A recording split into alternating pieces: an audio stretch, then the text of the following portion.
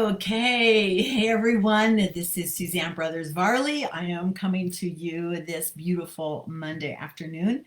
So thanks for joining us. Thank you for loving this presentation. We gotta tell you, I'm pretty excited about this that we have like almost 700 people that are members of this and come on board and watch it. Last week was particularly popular with about 140 of you viewing this.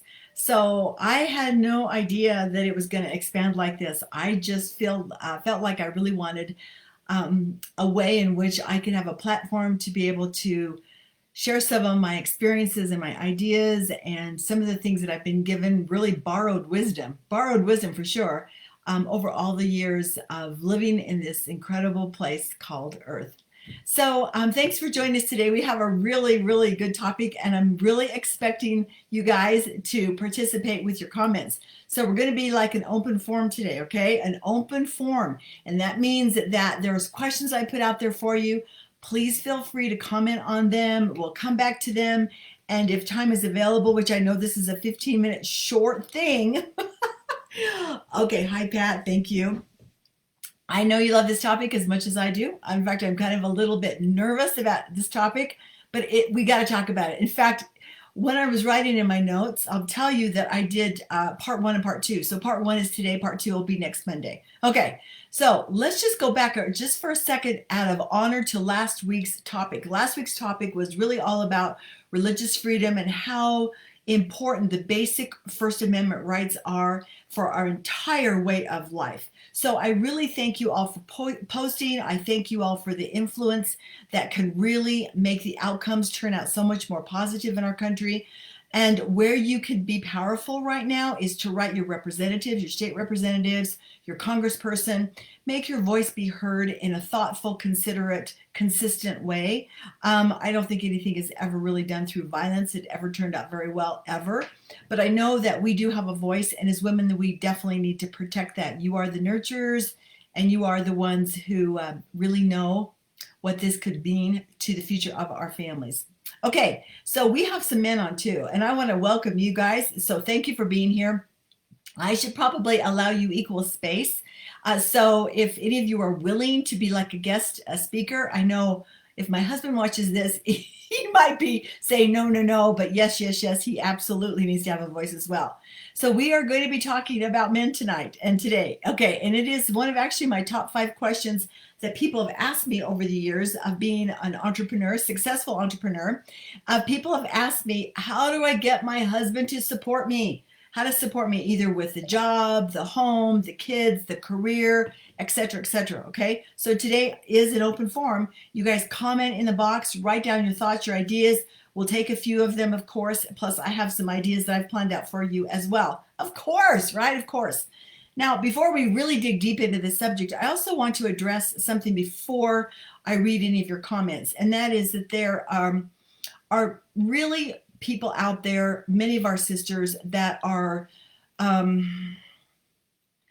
they're experiencing abuse, and this topic is not for that situation. Although I want to do a cry out for any of you who have knowledge of that or experiencing that yourself, for us to be sisters to you, to be aware, to be available, to be your friend, to help you seek whatever help that you need. Okay, I just want to put that in there, because I don't want to, for a moment, to think that what we can talk about right today is situations that will put any kind of bandage on abuse. Okay, now having said that, let's begin. Shall we begin? Okay, everybody's got a good morning for me. That is good to see. Thank you, Kara and Denise and Debbie and Aquila for coming on. Love that. And Kay and Becky, always. Thank you, my friend from Indiana. And Karen, thank you for your really great comment on last week that you posted. Okay, so let's talk about this, and then you guys please, please, please answer some of those questions, and I'll reiterate those questions to all of you as well. So what did I ask you to comment on? I asked you to comment first. Take a look at your own life and ask yourself 3 important questions. How do you encourage your men to support your endeavors?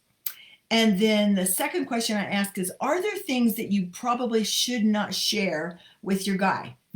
Okay. And then the third one, I don't know how we're going to get through all these really, but let's give it a try. How are some ideas that you can avoid contention? Okay, those are the three. Please feel free to comment on that. Shall we do that? Okay.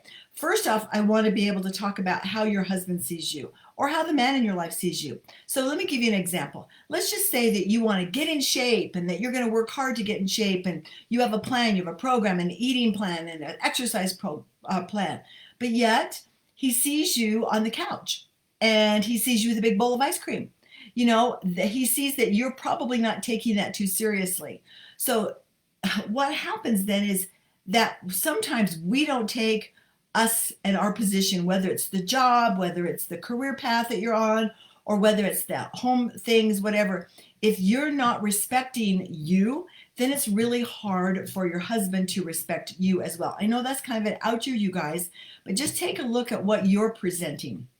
Another example of that in my own life was that I decided that I was going to be working 2 nights a week, doing what I did as an entrepreneur, and Saturday mornings. That was my schedule. And of course, that did not count during what I did during the day.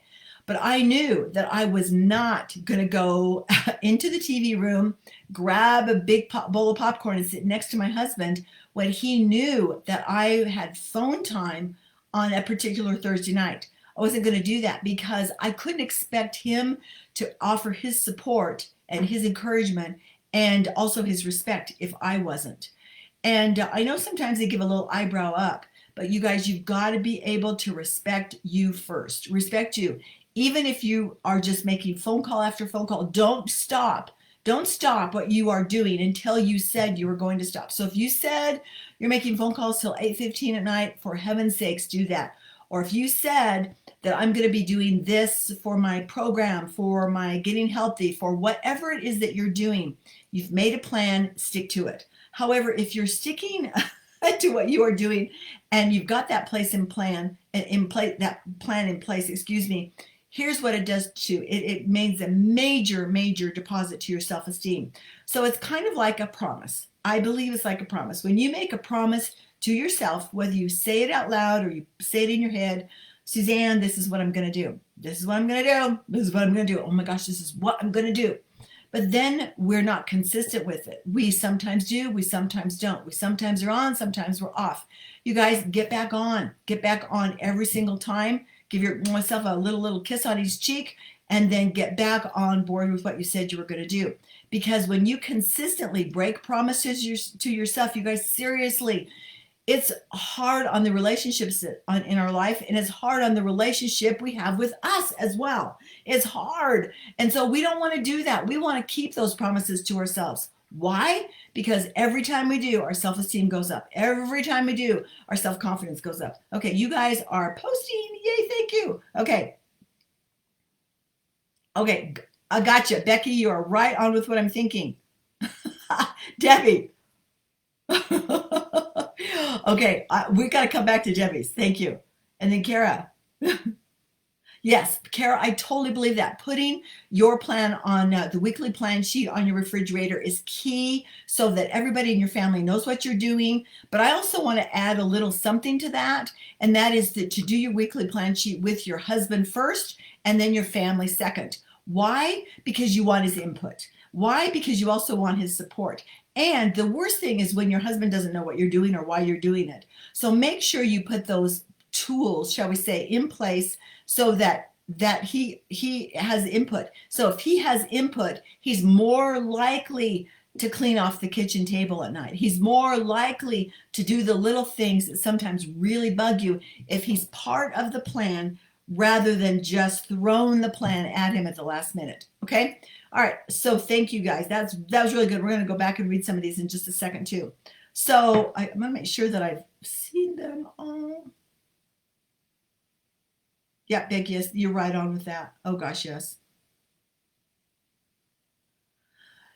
Debbie talks about this. I really like this. She says that reach out and get help if you are in a difficult situation. You are not alone. I really want to say that to be true because I think we're reaching out to a lot of people on this Rich Girl broadcast. So one of the hardest things to do when you're in trouble is to reach out. But please do, because there are angels waiting to assist you. But also when you ask for help, then you're somebody's angel, because Angels can't be angels if they have no one to serve. Okay, let's talk about number 2 idea here, re-entry time. What in the world is re-entry time? Well, it's a big deal. It's when the family is coming back into the house, whether from school or from work or activities or whatever. And typically at my house, re-entry time was twice. It was about 3:15 in the afternoon when the kids came home from school, and then once again when my husband came home. Okay, why is this such an important thing? Because tensions are high during re-entry time. They're high because people are coming back home, their brain is shifting to home. And so one of the things that I've found is the best things you can do during re-entry time, even if your kids are gone or you don't have children, is that you got to stop what you're doing. When you hear that back door open and you know it's him, he's coming home, he's entering the home, stop what you're doing, get off the phone. Now, you guys, seriously, I know this probably sounds to some of you like you don't agree with what I'm going to say, but I'm telling you, after all these years and many, many times doing it wrong, I'm going to tell you I have proof, evidence that this is what I'm going to tell you is absolutely true. When they enter the home, and you get off the phone and you go greet them, him, kids, whatever, with the biggest smile, as if you were greeting your favorite 2-year-old toddler, greet him with a smile, have something for him to eat, please, because you got to feed the beast. Okay, so do that. Okay, sit down with them, let him talk. Now, here's what I have found, which you have found too. If you will be there for them during the reentry time so they can talk about their work if they want. The kids can talk about school if they want. You have something for them to eat. Maybe your reentry time is on the bar stools or at the kitchen table, whatever it is. Make it a tradition. That takes about, guess how long? 10 minutes or less. And then they are off doing whatever they need to do, but they feel nurtured, they feel loved, they feel wanted. The worst thing I think that sometimes I have made this big mistake is I've been on an important phone call. I hear my husband come home and I say to myself, well, I'll do it in just a minute. As soon as I get this phone, I'll go find him. You guys, seriously, that's not the message you want to send to this guy. You want to send to this guy that he's the most important person in your life. Really, you do. Okay? So be there during that reentry time if at all possible. Now, I know that what you might be thinking right now is, oh gosh, Suzanne, you're so old-fashioned. Well, you guys, seriously, what are you wanting to build? Do you want to build something that might be like super modern marriage, or do you want to build one that lasts? Okay, you make a deposit every single day, and this guy that you are married to is just a little boy. Yeah, in a big body. Now, guys, if you are listening to this, some of this you're going to probably have to shake your head to. That's probably true. Okay, so I'm going to look at some of your comments that you've written. Okay. Okay, keeping your promises to yourself. Good, Debbie. Good for you. Thank you, Pat. She teaches reentry time too. I know she does. Okay, so Denise, your husband has no reentry time. So, you may want to specifically block out a time when you talk about your day. For my husband and I, we do it first thing in the morning because, for the last decade plus, we've actually worked together. So our time is in the morning. That's when we do our scripture study, books, and also that's when we have our prayer time. And we talk about our day. And, if that doesn't happen, things don't always turn out so good during the day. Okay. Alrighty. So thank you for your comments. Keep on commenting. Please, please, please. So commenting also about things that you cannot share, right? How do you encourage your man to support you more in your endeavors, your business, just who you are as a person? And then how do you avoid contention? Okay, so what do you not share and why? What do you not share? Well, I have found that most men are kind of Papa Bears. And if you share something that is negative about somebody, they remember it forever. And in fact, they will treat that person differently the next time they see them. Now, you probably have kissed and made up with that person, but they haven't, and they treat them differently. Our guys, a lot of them are big Papa Bears. They want to protect us. If you are in business and you are going for an entrepreneurial position, especially, you guys, you're going to have some times that are not going to be so pleasant. Sometimes you can work an entire day and not necessarily see or reap the rewards right away. You're planting seeds for sure. Never devalue that. But you, if your husband is home and you complain to him about how, oh my gosh, you did this, and this, and you have a litany of information, he's not going to want to support your business. In fact, he may even switch over and think, why should I support it? Let me see if I can talk her out of it because it's bringing her so much pain. Now, for those of you who are oversharers, and you know who you are, you overshare the disappointments, the situations, the relationships, you overshare. You can't take that back. Okay. So stop doing it. I mean, that's the thing I would say. What you can share is the positive things, what you're learning, how you're growing, how you've changed your script. Share the things that you know will add to the relationship he has to your business or he has to whatever endeavor you're at. I think there are some things that you could share later on if they are unsolvable problems or challenges and you're seeking his honest advice. But honestly, some of you out there need to stop sharing negative stuff. If you want your husband to be supportive, you got to curtail that. So who do you share the stuff with? Well, I think that prayer is important. I think you can share it with the big guy upstairs. But I also think that many of you who have people who are your leaders, is that you can share some things with them. But you know what? Bottom line, maybe just swallow it. Maybe just like, okay, get over it. Because I have also found that, a man, when a man is convinced against his will, he is of the same opinion still. So it's really hard to convince a man, especially if we are responsible for his negative attitude towards whatever it is that we are doing or whatever relationship we have. Just don't go that place. Very difficult to turn that around later on. Okay. All right. Let's see what you guys are thinking. Okay. Kara. Yes, exactly. Oh, I love that, you guys. Seriously. Okay. Denise, you guys talk over dinner. That's super important too. Okay. So I've talked about what you don't share, what you do share the positive things. The things you can also share are not necessarily always about money. Sometimes they're just about your experience. They're about your learning. They're about how you are becoming the person that you've always wanted to be because you're persistent. Those are things you can share. Okay, so you guys have done a super good job on this, and I'm about to wrap up part 1. Okay. I want to do this one because I think it's a great place to pause on. And here's what I think. With our husbands especially, can you be a big enough person for them to be right, even though you don't think they are? Okay, remember just a few minutes I said that a man convinced against his will is of the same opinion still. I really believe that you don't need a reason to be convinced to apologize for something you didn't do or something that wasn't right, because there are two people there. There's your husband's side, your side, and then somewhere in the middle is probably the actual real side. So I really believe that a lot of things can be detonated by taking the wrong attitude or de-detonated by just saying, you're probably right. Honey, you're probably right. And I'm sorry this has turned out badly and that I could not, whatever the could not is, or that I wasn't able to, Okay, honey, you're probably right. You're probably right. Now you guys got to say it sincerely. You can't be saying it like, you're probably right. No, you got to say it sincerely with heart. Honey, you're probably right. I'm sorry this has turned out badly and that I couldn't be there when you needed me. And I want you to know that I love you. Okay, and stop there. You do not need to go on and on and on.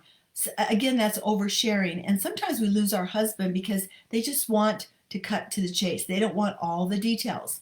And I know for me, I love to tell the details. Oh, she said this, and then he said that, and then I couldn't believe that they said this, and then after they said that, I said this, and then I was like, oh my gosh, can you believe that they even said that or thought that way? Where did they get that thought? So I thought, well, what should I say? So then I thought this. Okay, you guys get my drift. Sometimes they just want to know what the final analysis is. And when you do that, you're really giving your husband the message that, okay, that you can handle it. You can handle it in an adult way. Okay, now allowing another person to be right. You can agonize over that, or you can make connections and commitment and communication. And taking ownership, even when you don't really fully think in your heart or your mind that you should, just be big enough to do it. And I'll tell you that will diffuse a lot of contention. Okay? All right. So we are going to talk about 5 through 11 in part 2. But right now I'm going to go to your comments. Okay. So some of you are like totally agreeing with me. And then some of you might be sitting there going, I'm not so sure about that. You know what? That's okay. I love you anyway. I seriously love you anyway. And I'm glad that you are on here. But these are things that I have found. And there are few things in my relationship with my husband that are big enough to have an argument about. In fact, they are so few, I can't hardly even think of one right now. And so if you could diffuse that situation and get back to a place of love and understanding, you have really done a lot. Big girl, rich girl thinking there, rich girl thinking. So I want to thank Karen for her comments. Thank you very much. Thanks, Aquila. Thank you very much. Kay is on. Hello. Kay says she tells her husband, Jim, 93% of the time that he's right. Okay. Boy, you open up communication when you do that, don't you? Okay, that's so good. And Jeanette says yes to this, all of this. All right, you guys. Hey, I want to wish you a wonderful week. And I'm going to also challenge you to use one of the ideas that you heard today in your relationship with your man. All right. Because when that relationship is great and it's going along really good and you feel good, everything else is going to go better too. Okay. That's how we're built, right? That's how we're built. Love you guys. Thanks for joining us today on Rich Girl. We will see you next week. And pretty please do me a great big favor, because we love each other so much. We want to make this available for other people. So take a quick shot of this, send the link to one of your friends. This is completely free. I look forward to doing this all week. I'm just doing this for us to have great communication and an experience together. So today we've talked about men, part 1. Next week, part 2. Okay, thank you so much. Love you guys. Have a beautiful week. Bye-bye.